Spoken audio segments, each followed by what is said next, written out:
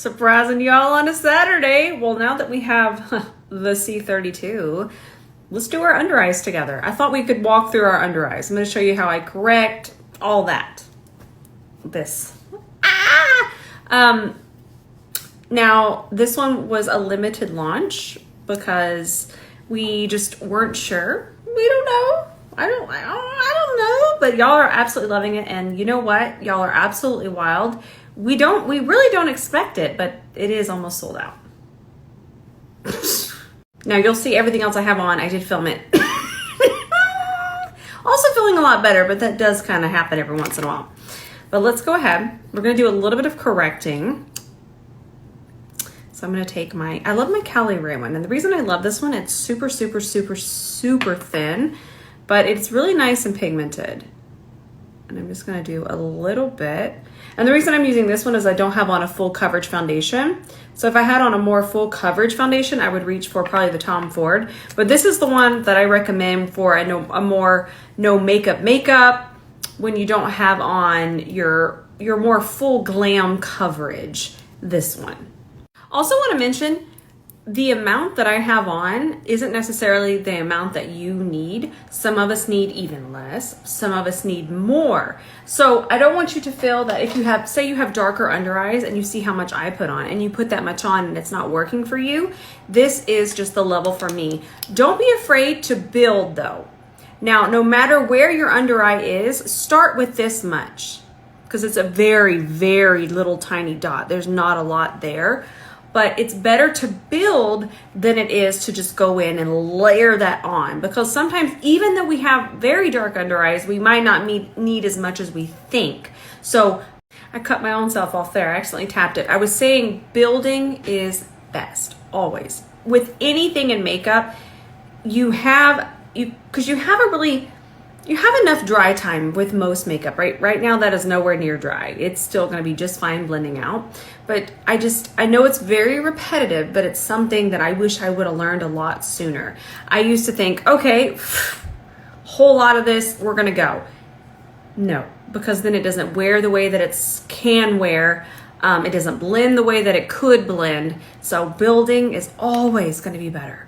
Let's grab our C32. And then if you're wondering what the difference is, so with our longer brushes like this, this is considered the artistry collection. And anytime you see something with a longer handle, you'll notice paintbrushes have a longer handle. What happens is we hold it further back and we're just able to get a really even application when we hold a brush very far back. So if you've ever wondered why the brushes are so long, it's because of that. It's better, I promise. And another thing is the patented fibers that we have in the artistry collection. So think of the artistry collection with this color, this really pretty color that we have here. Oh, that's so pretty. So anytime you see that, you're getting these patented, I can't speak, fibers. And that's why I speak to them not absorbing, them being able to go from the powder to cream back and forth, and just the way that they lay down product.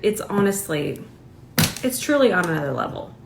Now, we're going back to our corrector. You're gonna notice that it really doesn't look like it did much, but it did enough. I feel a lot of times when we think of our corrector, we want it to automatically get rid of everything. And that's not what we're doing. We're really just balancing, and why I used peach is because I was balancing that blue that was underneath my eye. So all we're doing is we're tapping. You're also gonna notice all of these tapping motions. And the reason why is because that smooths and evens. That's really how to get the most out of a brush, really any brush. So you're always going to see me hold this further back, and that's just going to spread that product so evenly. And that's one of the reasons I never have creasing. I know, it's wild. Now I want to do brightening on top, so I want to use a concealer that's not quite as full coverage. I think I'll use my Natasha Denona because it's not quite as much coverage as, say, Hourglass. This is ultimate coverage. That's my glammy glam. But this one, depending on how much I apply, I can kind of get away with it in my no makeup looks. Well, this isn't that, but my less makeup looks. I don't want you to think, and then everybody in the comments be like, gross. So what I'm gonna do is I'm going to apply it kind of the same way but you'll notice that I'm not really pressing hard on my skin. This is a really good tip.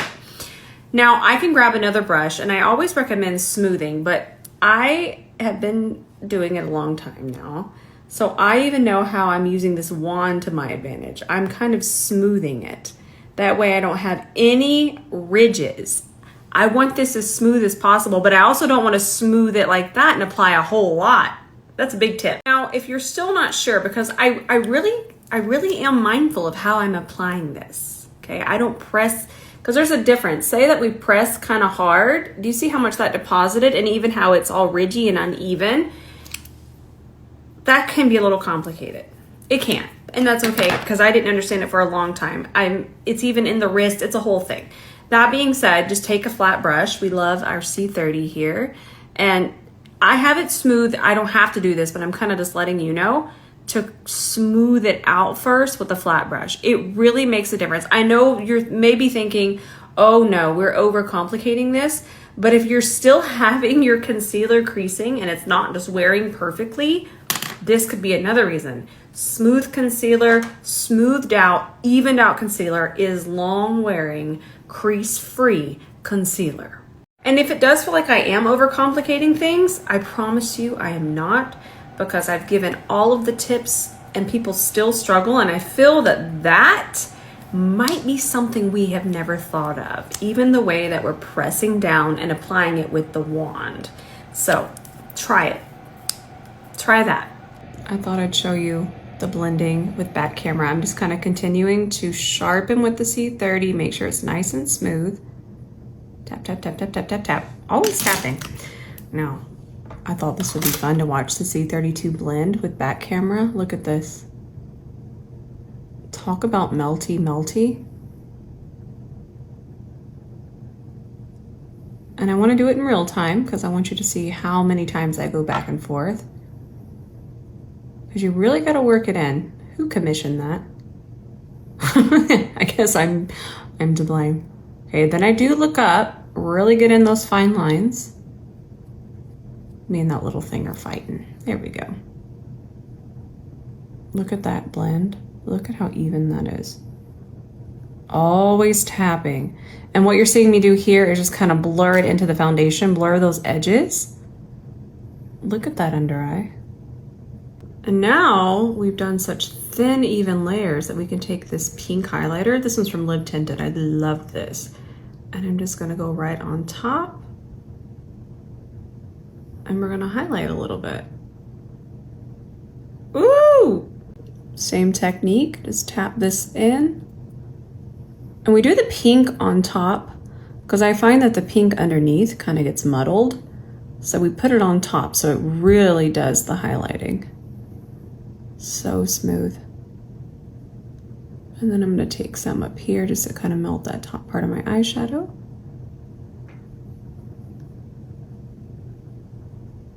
And I really like to clean up in here.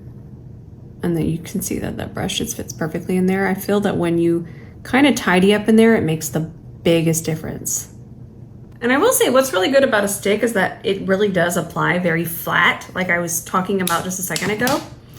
So that's really easy to put on top. Just really make sure that we tap back and forth, make sure it's really nice and blended. I used to do just a couple taps and I'd be like, okay, good enough. And then I kept wondering, why is my concealer creasing? Working it into the skin is a real thing. This is also a major tip. So I have my powder, my Givenchy powder queued up here on my puff, but I'm talking the second before I lay down that powder on top, I go back in, okay? Now we're ready. I didn't let that sit for a second. And look at how nicely that sets. Because over here, that's already starting to crease again. Because we're human, that's completely normal. But we wanna make sure that we're really pressing it in there. I'm using the really pointy tip here of my puff. Really get in those fine lines. And look at how smooth that under eye is. Okay, now we're gonna get wild. Wild for us. Okay, let's wipe off our C32. Let's give it a nice wipe. Perfect. And look at that. It looks clean. I'm telling you.